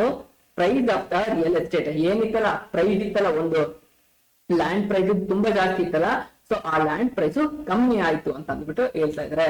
ಫೈನಲ್ ಆಗಿ tax collection, rise in income tax collection based of interested increased disclosure. ಯಾರು ಬ್ಲಾಕ್ ಮನಿನ ಇಟ್ಕೊಂಡಿದ್ರು ಅವ್ರು ಡಿಸ್ಕ್ಲೋಸ್ ಮಾಡಿದ್ರೆ ಒಂದು ಏನ್ ಹೇಳಿದ್ರು, ಯಾರು ಅವ್ರವ್ರ ಬ್ಲಾಕ್ ಮನಿನ ಅವರು ಡಿಸ್ಕ್ಲೋಸ್ ಮಾಡ್ಬಿಡ್ತಾರೆ, ಅವರು ಕಮ್ಮಿ ಇಂಟ್ರೆಸ್ಟ್ ನ ಅವರು ಏನು ಅದಕ್ಕೆ ಪೆನಾಲ್ಟಿನ ಕಟ್ಟಿಬಿಟ್ಟು ಅವರು ಅದನ್ನ ಇಟ್ಕೊಳ್ಬಹುದು ಅಂತ ಅಂದ್ಬಿಟ್ಟು ಅನೌನ್ಸ್ಮೆಂಟ್ ಮಾಡಿದ್ರು. ಅವಾಗ ಏನಾಯ್ತು, ಯಾರು ನಿಜವಾಗ್ಲೂ ಇಟ್ಕೊಂಡಿದ್ದಾರೆ ಅವ್ರು ಬೇರೆ ಅದನ್ನ ಪೆನಾಲ್ಟಿ ಕಟ್ಟಿ ಇಟ್ಕೊಳ್ತಕ್ಕಂತಹ ಚಾನ್ಸಸ್ ಗಳು ಸಿಗ್ತಾ ಹೋಯ್ತು. ಇದರಿಂದ ಏನಾಯ್ತು? Raising income tax. ಈಗ ಅವ್ರ ಹತ್ರ ಅಷ್ಟು ಅಕೌಂಟಬಲ್ ಮನಿ ಇಲ್ಲ ಅಂತಂದಾಗ ಏನಾಯ್ತು, ಇಷ್ಟ ದಿನ ತೋರ್ಸಿರ್ಲಿಲ್ಲ. ಯಾವಾಗ ಒಂದೇ ಸಲಿಗೆ ಲಂಪ್ಸಮ್ ಅಮೌಂಟ್ ಇದೆ ಅಂತ ಗೊತ್ತಾಯ್ತು, ಅವ್ರ ಅದಕ್ಕೆ ಆ ಅಮೌಂಟ್ ಗೆ ಟ್ಯಾಕ್ಸ್ ಕಟ್ಬೇಕಾಯ್ತು. ಟ್ಯಾಕ್ಸ್ ಕಲೆಕ್ಷನ್ ತುಂಬಾ ಜಾಸ್ತಿ ಆಯ್ತು ಅಂತ ಅಂದ್ಬಿಟ್ಟು ಹೇಳ್ತಾ ಇದ್ರೆ. ಸೊ ಇಲ್ಲಿಗೆ ಗೈಸ್ ನೀವು ಪಾರ್ಟ್ ಬಿ ಅಲ್ಲಿ ಏನೇನನ್ನ ಅರ್ಥ ಮಾಡ್ಕೊಂಡಿದ್ದೀರಾ ಅಂತಂದ್ರೆ ಎಕನಾಮಿಕಲ್ ರಿಫಾರ್ಮ್ಸ್ ಇನ್ ಇಂಡಿಯಾ ಅನ್ನೋದು ಅರ್ಥ ಆಯ್ತು. ಮೀನಿಂಗು ಪ್ರೈವೇಟೈಸೇಷನ್, ಗ್ಲೋಬಲೈಸೇಷನ್ ಮತ್ತೆ ಲಿಬರಲೈಸೇಷನ್ ಗೊತ್ತಾಯ್ತು. ಅದಾದ್ಮೇಲೆ ಇನ್ನು ಡಿಮಾನಿಟೈಸೇಷನ್ ಇಂಪ್ಯಾಕ್ಟ್ ಎಲ್ಲ ನಿಮಗೆ ಚೆನ್ನಾಯ್ತು. ಹಾಗೆ ಇಂಪ್ಯಾಕ್ಟ್ ಆಫ್ ಡಿಮಾನಿಟೈಸೇಷನ್ ಏನೇನು ಅಂತ ಅಂದ್ಬಿಟ್ಟು ಕಂಪ್ಲೀಟ್ ಆಗಿ ನೋಡಿದೀರಾ. ಸೊ ಇಲ್ಲಿಗೆ ನಿಮ್ಮ business environment second PUC business studies business environment chapter complete ಆಯ್ತು. ನಿಮಗೆ ಸ್ಟಿಲ್ ಏನಾದ್ರು ಡೌಟ್ ಇತ್ತು ಅಂತಂದ್ರೆ ಕೇಳ್ಬೋದು. ಸೊ ಫಸ್ಟ್ ಇಂದ ಏನೇನನ್ನ ನೋಡ್ದು ಅಂತಂದ್ಬಿಟ್ಟು ಒಂದ್ಸಲ ಗ್ಲಾನ್ಸ್ ಮಾಡ್ಬಿಟ್ಟು ಈ ಚಾಪ್ಟರ್ ನ ಕ್ಲೋಸ್ ಮಾಡೋಣ. ಬಿಸ್ನೆಸ್ ಎನ್ವೈರನ್ಮೆಂಟ್ ಇದು ನಿಮ್ಮ ಎಕ್ಸಾಮ್ಗೆ ಮೇನ್ ಆಗಿ ಎಷ್ಟು ಮಾರ್ಕ್ಸ್ ಕೇಳ್ತಾರೆ? 9 ಮಾರ್ಕ್ಸ್ ಕೇಳ್ತಾರೆ. 3 ಕ್ವಶನ್ ಬರುತ್ತೆ. ಪಾರ್ಟ್ ಎಲ್ಲಿ 1 ಮತ್ತೆ ಪಾರ್ಟ್ ಸಿ ಅಲ್ಲಿ 4 ಮಾರ್ಕ್ಸ್ 2 ಕ್ವಶನ್ ಕೇಳ್ತಾರೆ ಅಂದ್ಬಿಟ್ಟು. ಬಿಸ್ನೆಸ್ ಎನ್ವೈರನ್ಮೆಂಟ್ ಮೀನಿಂಗ್ ಗೊತ್ತಾಯ್ತು, ಫೀಚರ್ ಗಳು ಏನೇನಿದೆ ಅಂತ ಅಂದ್ಬಿಟ್ಟು 4 ಮಾರ್ಕ್ಸ್ ಕೇಳ್ತಕ್ಕಂತಹ ಚಾನ್ಸಸ್ ಇರುತ್ತೆ ಅಂತ ಹೇಳಿದೀನಿ. ಇಂಪ್ಯಾಕ್ಟ್ ಆಫ್ ಬಿಸ್ನೆಸ್ ಎನ್ವೈರನ್ಮೆಂಟ್ ಅಂತ ಅಂದ್ಬಿಟ್ಟು ಪಾಯಿಂಟ್ಸ್ ಕೊಟ್ಟಿದ್ದೀನಿ. ಇದನ್ನು 4 ಮಾರ್ಕ್ಸ್ ಕೇಳ್ತಕ್ಕಂತಹ ಚಾನ್ಸಸ್ ಇರುತ್ತೆ. ಅದು ಎರಡಕ್ಕಿಂತ ತುಂಬಾ ಇಂಪಾರ್ಟೆಂಟ್ ಆಗಿ ಡೈಮೆನ್ಷನ್ಸ್ ಆಫ್ ಬಿಸ್ನೆಸ್ ಎನ್ವೈರನ್ಮೆಂಟ್ ತುಂಬಾ ಇಂಪಾರ್ಟೆಂಟ್ ಆಗುತ್ತೆ. ಇದ್ರಲ್ಲಿ ಯಾವ್ಯಾವ್ದು ನೋಡಿದ್ರ? Economical, social, political, technological, legal environment ಸಂಬಂಧಪಟ್ಟಂಗೆ ಕಂಪ್ಲೀಟ್ ಆಗಿ ಅರ್ಥ ಮಾಡ್ಕೊಂಡಿದ್ದೀರಾ. ಸೆಕೆಂಡ್ ಪಾರ್ಟ್ ಅಲ್ಲಿ ಈಗ ಕ್ಲಾಸ್ ಏನ್ ನೋಡ್ತಾ ಇದ್ರಲ್ಲ ಅದರಲ್ಲಿ ಎಕನಾಮಿಕ್ ರಿಫಾರ್ಮ್ಸ್ ಇನ್ ಇಂಡಿಯಾ 1991 ಆದ್ಮೇಲೆ ಲಿಬರಲೈಸೇಷನ್, ಪ್ರೈವೇಟೈಸೇಷನ್, ಗ್ಲೋಬಲೈಸೇಷನ್ ಅಂತಂದ್ರೆ ಏನು, ಅದ್ ಏನಕ್ಕೆ ಮಾಡ್ಬೇಕಾಯ್ತು ಅಂತ ಕಂಪ್ಲೀಟ್ ಆಗಿ ಗೊತ್ತಾಯ್ತು. ಅದಾದ್ಮೇಲೆ ಡಿಮಾನಿಟೈಸೇಷನ್ ಆಯ್ತು. ಡಿಮಾನಿಟೈಸೇಷನ್ ಅಂತಂದ್ರೆ ಏನು, ಯಾವ್ಯಾವ ಟೈಮ್ ಅಲ್ಲಿ ಡಿಮಾನಿಟೈಸೇಷನ್ ಮಾಡಿದ್ರು, ಅದ್ರ ಫೀಚರ್ಗಳು, ಗುಣಲಕ್ಷಣಗಳು ಏನೇನಿತ್ತು, ಫೈನಲ್ ಆಗಿ ಅದರಿಂದ ಆದಂತಹ ಇಂಪ್ಯಾಕ್ಟ್ ಏನು ಅಂತ ಅಂದ್ಬಿಟ್ಟು ಕಂಪ್ಲೀಟ್ ಆಗಿ ಅರ್ಥ ಆಗಿದೆ ಗಾಯ್ಸ್. ಈಗ ಏನ್ ಮಾಡಿ ಅಂತಂದ್ರೆ ಪಾಠ ಎಲ್ಲ ಅರ್ಥ ಆಗಿದೆಯಲ್ಲ, ನಿಮ್ಮ ಹತ್ರ ಒಂದು ಬುಕ್ ಇದ್ರೆ ಯಾವ್ದು ಟೆಕ್ಸ್ಟ್ ಬುಕ್ ಆಗ್ಲಿ ಅಥವಾ ಗೈಡ್ ಇರ್ಲಿ ಅದನ್ನ ತೆಗೆದು ಒಂದ್ಸಲ ಚೆಕ್ ಮಾಡ್ಕೊಳ್ಳಿ. ಅದಾದ್ಮೇಲೆ ನೀವು ಇವಾಗ ಕ್ಲಾಸ್ ಕೇಳಾದ್ಮೇಲೆ ಒಂದ್ಸಲ 5 ನಿಮಿಷ ಸುಮ್ಮನೆ ಒಂದ್ ಕಡೆ ಕೂತ್ಕೊಂಡು ಗ್ಲಾನ್ಸ್ ಮಾಡಿ ಏನೇನ ಅರ್ಥ ಮಾಡ್ಕೊಂಡು ಅಂತ ಅಂದ್ಬಿಟ್ಟು ಕಂಪ್ಲೀಟ್ ಆಗಿ ಅರ್ಥ ಆಗ್ತಾ ಹೋಗುತ್ತೆ. ಓಕೆನಾ? ಈ ಟೆಕ್ಸ್ಟ್ ಬುಕ್ ಲಿಂಕ್ ನ ನಾನು ಡಿಸ್ಕ್ರಿಪ್ಷನ್ ಅಲ್ಲಿ ಕೊಟ್ಟಿದ್ದೀನಿ, ಜಾಯಿನ್ ಆಗಿ. ಸೋಷಿಯಲ್ ಮೀಡಿಯಾ ಪ್ಲಾಟ್ಫಾರ್ಮ್ಸ್ ಗಳೆಲ್ಲ ಇದೆ, ಅದ್ರ ಜೊತೆಗೆ ವಾಟ್ಸ್ಆಪ್ ಮತ್ತೆ ಟೆಲಿಗ್ರಾಮ್ ಗ್ರೂಪ್ ಗಳಿದೆ, ಜಾಯಿನ್ ಆಗಿ ನಿಮಗೆ ಬೇಕಾದಂತಹ ಇನ್ಫಾರ್ಮೇಶನ್ ಟೈಮ್ಗೆ ಸಿಗ್ತಾ ಹೋಗುತ್ತೆ. ಇನ್ನ ನೆಕ್ಸ್ಟ್ ನಿಮ್ಮ ಚಾಪ್ಟರ್ ಪ್ಲಾನಿಂಗ್ ಅಂತ ಬರುತ್ತೆ, ಅದು ತುಂಬಾ ಇಂಪಾರ್ಟೆಂಟ್, ಎಕ್ಸಾಮ್ ಪಾಯಿಂಟ್ ಅಲ್ಲೂ ಜಾಸ್ತಿ ಮಾರ್ಕ್ಸ್ ಬರುತ್ತೆ. ಮತ್ತೆ ನೆಕ್ಸ್ಟ್ ವಿಡಿಯೋದಲ್ಲಿ ಕಂಪ್ಲೀಟ್ ಮಾಡ್ತಾ ಆದಷ್ಟು ಬೇಗ ನಿಮ್ಮ ಸಿಲೆಬಸ್ ನ ಮುಗಿಸ್ಕೊಳ್ಳೋಣ, ನಿಮ್ಮ ಎಕ್ಸಾಮ್ಗೆ ಅನುಕೂಲ ಆಗುತ್ತೆ.